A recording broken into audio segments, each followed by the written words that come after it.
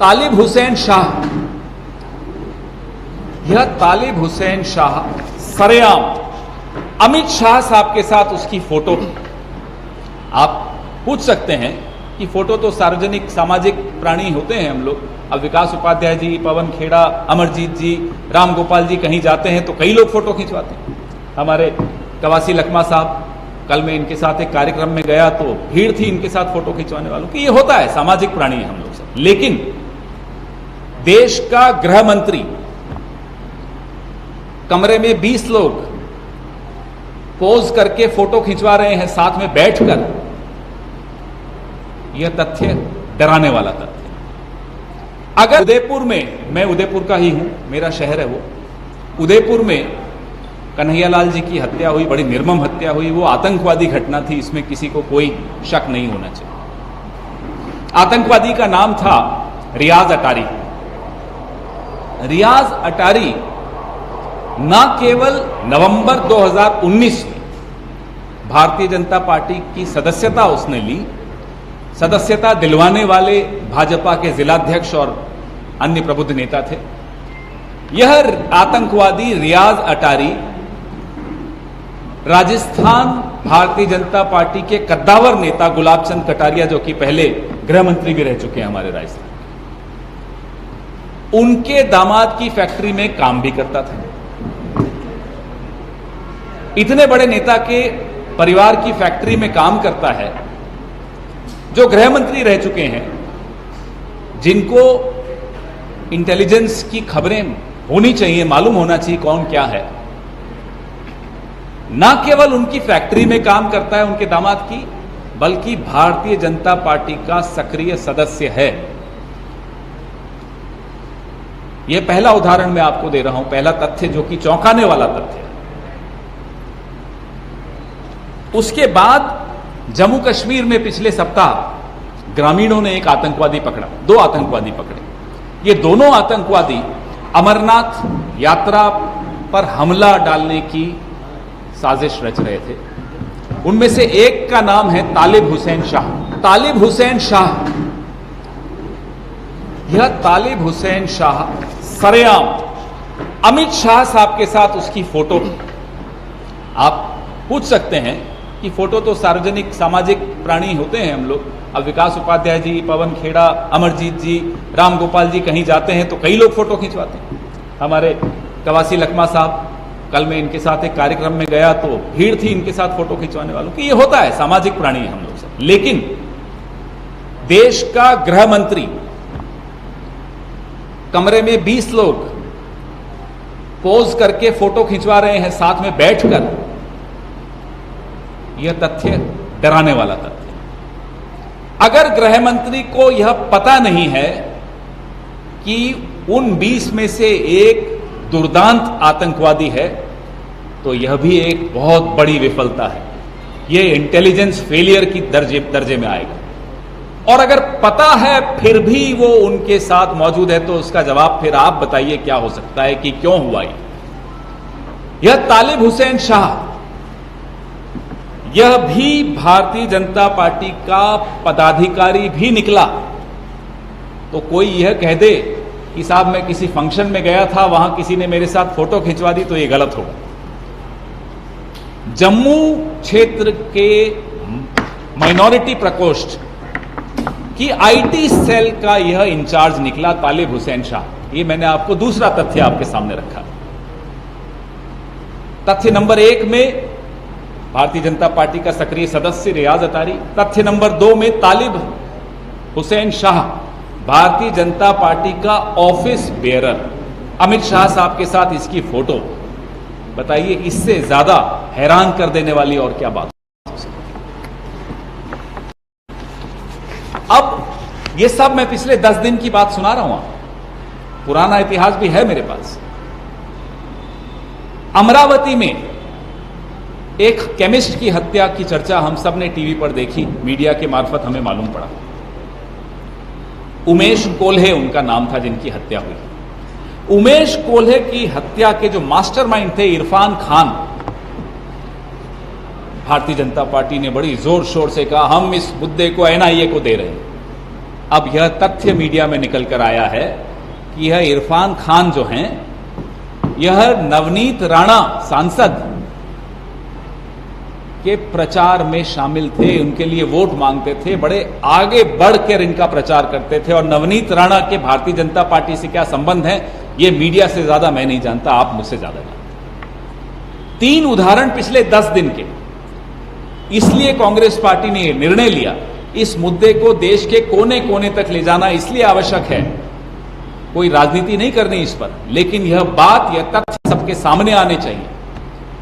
हैरानी की बात है कि नुपुर शर्मा भी भारतीय जनता पार्टी की और रियाज अतारी भी भारतीय जनता पार्टी का।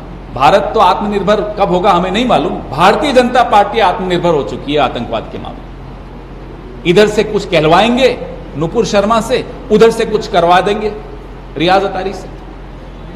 ये क्या है, इस देश का ये क्या माहौल बना रखा है भारतीय जनता पार्टी ने, यह आपको समझना पड़ेगा। इससे पहले भी बड़ा महत्वपूर्ण एक उदाहरण है डीएसपी देविंदर सिंह का। यह डीएसपी देविंदर सिंह रंगे हाथों आतंकवादियों के साथ पकड़े गए। पकड़े जाने के बाद आप और हम ये उम्मीद करेंगे कि कोई भी सरकार, वो राष्ट्रवादी अपने आप को माने या न माने, कोई भी सरकार कड़ी से कड़ी कार्रवाई करेगी और मामले की तह तक जाएगी। लेकिन डीएसपी देविंदर सिंह के साथ कुछ और हुआ। वहां के एलजी ने एक निर्देश निकाला, मनोज सिन्हा साहब ने। उस निर्देश में स्पष्ट तौर पे लिखा है कि इनको नौकरी से बाहर कर दिया जाता है, लेकिन राष्ट्रहित में यह आवश्यक है कि इनके खिलाफ कोई जांच नहीं की जाए। ये कौन सा राष्ट्रहित है, मैं इनसे पूछना चाहता हूं। कोई बच्चा भी आपको बता देगा कि राष्ट्रहित में यह आवश्यक था कि उनके खिलाफ कार्रवाई होती, जांच होती, उनके तार कहां कहां देश या विदेश में जुड़े हैं वो सब कुछ सामने आता। लेकिन भारतीय जनता पार्टी के बनाए गए मनोज सिन्हा नामक एलजी ने, उनको भी ऊपर से निर्देश होंगे, मैं उनका नाम लूं अकेला ये अच्छी बात नहीं है। ऊपर डोवल साहब हैं, ऊपर अमित शाह साहब हैं, ऊपर मोदी साहब हैं। हम तो इन सब से सवाल पूछते हैं, कठपुतलियों से क्या सवाल पूछना। जिन लोगों के हाथ में इन कठपुतलियों की डोर है, हम तो उनसे सवाल पूछते हैं और उम्मीद करते हैं कि यह भी कठपुतली नहीं हो कहीं। जिन तीनों का मैंने नाम लिया, हमें तो अब यह भी डर है कि साहब यह भी कठपुतली है और इनकी डोर कहीं और ही है, तो और ज्यादा गंभीर हो जाता है मामला। डीएसपी देविंदर सिंह के साथ जो पकड़ा गया तारिक अहमद मीर, यह तारिक अहमद मीर पर आरोप था यह आतंकवादियों को हथियार सप्लाई करता। ये उस दोपहर को जब जम्मू में पकड़े गए, जम्मू कश्मीर सेक्टर में, तो ये डीएसपी देविंदर सिंह और ये एक ही गाड़ी में थे। लेकिन जांच ही अगर रोक दी जाए तो आप बताइए कि इस देश के मीडिया को, इस देश के नागरिकों को, हम सबको कैसे मालूम पड़ेगा कि इस मामले की तह तक जाए बगैर तो नहीं मालूम पड़ सकता कि कौन कौन शामिल थे। 2017 में आप ही का पहले मध्य प्रदेश जो पूरा कहलाता था, 2017 में आपके पड़ोसी राज्य में एक अवैध टेलीफोन एक्सचेंज का पर्दाफाश हुआ। ये मैं आपको चौथा उदाहरण दे रहा हूं आतंकवादियों से जो साथ है भारतीय जनता पार्टी। आईएसआई के साथ जिनके तार जुड़े हुए थे, ऐसे 11 संदिग्ध लोगों को गिरफ्तार किया गया। इनमें से एक भारतीय जनता पार्टी की आईटी सेल का सदस्य ध्रुव सक्सेना। ये आईटी सेल का आतंकवादियों से क्या रिश्ता है मुझे नहीं समझ में आता। दिन में जो काम नफरत फैलाने का, आतंक फैलाने का, ये मोबाइल पे करते हैं, ऑनलाइन करते हैं। मुझे लगता है पार्ट टाइम काम फिर ये ऑफलाइन यही काम कर रहे हो। ध्रुव सक्सेना भी आईटी का, तालिब हुसैन शाह भी आईटी सेल का। 2 साल बाद मध्य प्रदेश में 2019 में टेरर फंडिंग के आरोप में बजरंग दल के एक नेता बलराम सिंह की गिरफ्तारी हुई। नुपुर शर्मा भारतीय जनता पार्टी की, रियाज अतारी भारतीय जनता पार्टी का, और टेरर फंडिंग भी भारतीय जनता पार्टी के अपने ही लोग। इसीलिए कहता हूं ये आत्मनिर्भर भारतीय जनता पार्टी, इसको किसी की आवश्यकता नहीं है, खुद ही सब कुछ कर लेते। 2017 में निरंजन होजाई असम के भारतीय जनता पार्टी के नेता हैं। ये प्रेस रिलीज मैं आपको दे रहा हूं तो ये सारे डिटेल्स इसमें हैं। इनको विशेष अदालत ने आतंकियों को आर्थिक मदद देने के आरोप में उम्र कैद की सजा सुनाई। एक और अपराध सिद्ध व्यक्ति है, आतंकवादी है, उसको टिकट दे दी साहब भारतीय जनता पार्टी ने। मैं आपके चेहरों पे थोड़ी परेशानी भी देख रहा हूं और हम सब बहुत परेशान हुए ये हम लोगों ने एक दिन बैठ के रिसर्च की तो एक के बाद एक 8 उदाहरण मिल गए। 3 तो अभी ताजे उदाहरण हैं और कुछ थोड़े पुराने। मोहम्मद फारूक खान, यह मसूद अजहर साहब के शागिर्द हैं। मसूद अजहर का शागिर्द मोहम्मद फारूक खान, इनको स्थानीय चुनाव में वार्ड नंबर 33 श्रीनगर में भारतीय जनता पार्टी ने टिकट दी।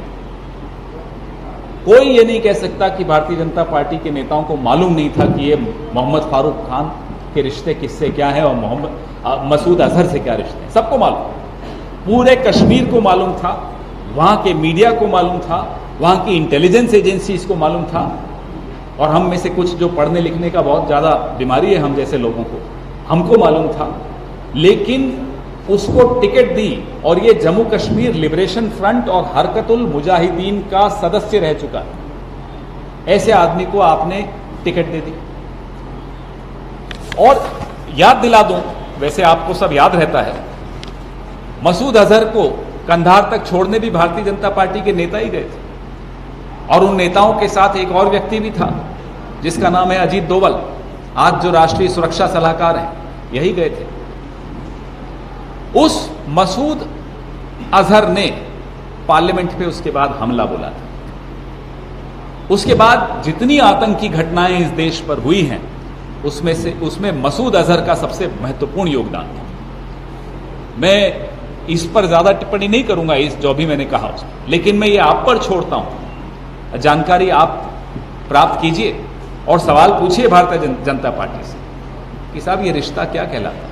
ये जरूरी है, इस देश के लिए जरूरी है, मेरे और आपके आने वाली नस्लों के लिए जरूरी है। क्योंकि आज जो घिनौना खेल इस देश में चल रहा है, हो सकता है कोई पार्टी उससे चुनाव जीत जाए, लेकिन देश हार रहा है, यह हमारी चिंता है। चुनाव चलते रहते हैं, हमने कई चुनाव जीते हैं और हारे हैं, चलता है, कोई दिक्कत नहीं है। ये राजनीति है, ये लोकतंत्र है, हार जीत चलती है। लेकिन चुनाव जीतने के लिए क्या आप समाज में नफरत पैदा करेंगे? क्या आप इस तरह के लोगों को शरण देंगे? क्या आप इस तरह के लोगों को सदस्यता देंगे? क्या आप इस तरह के लोगों का उपयोग करेंगे? यह प्रयोग है, उपयोग है, संयोग है, क्या है ये? खबरों में बने रहने के लिए फोरम 4 को सब्सक्राइब करें और नोटिफिकेशन पाने के लिए बेल आइकन दबाएं।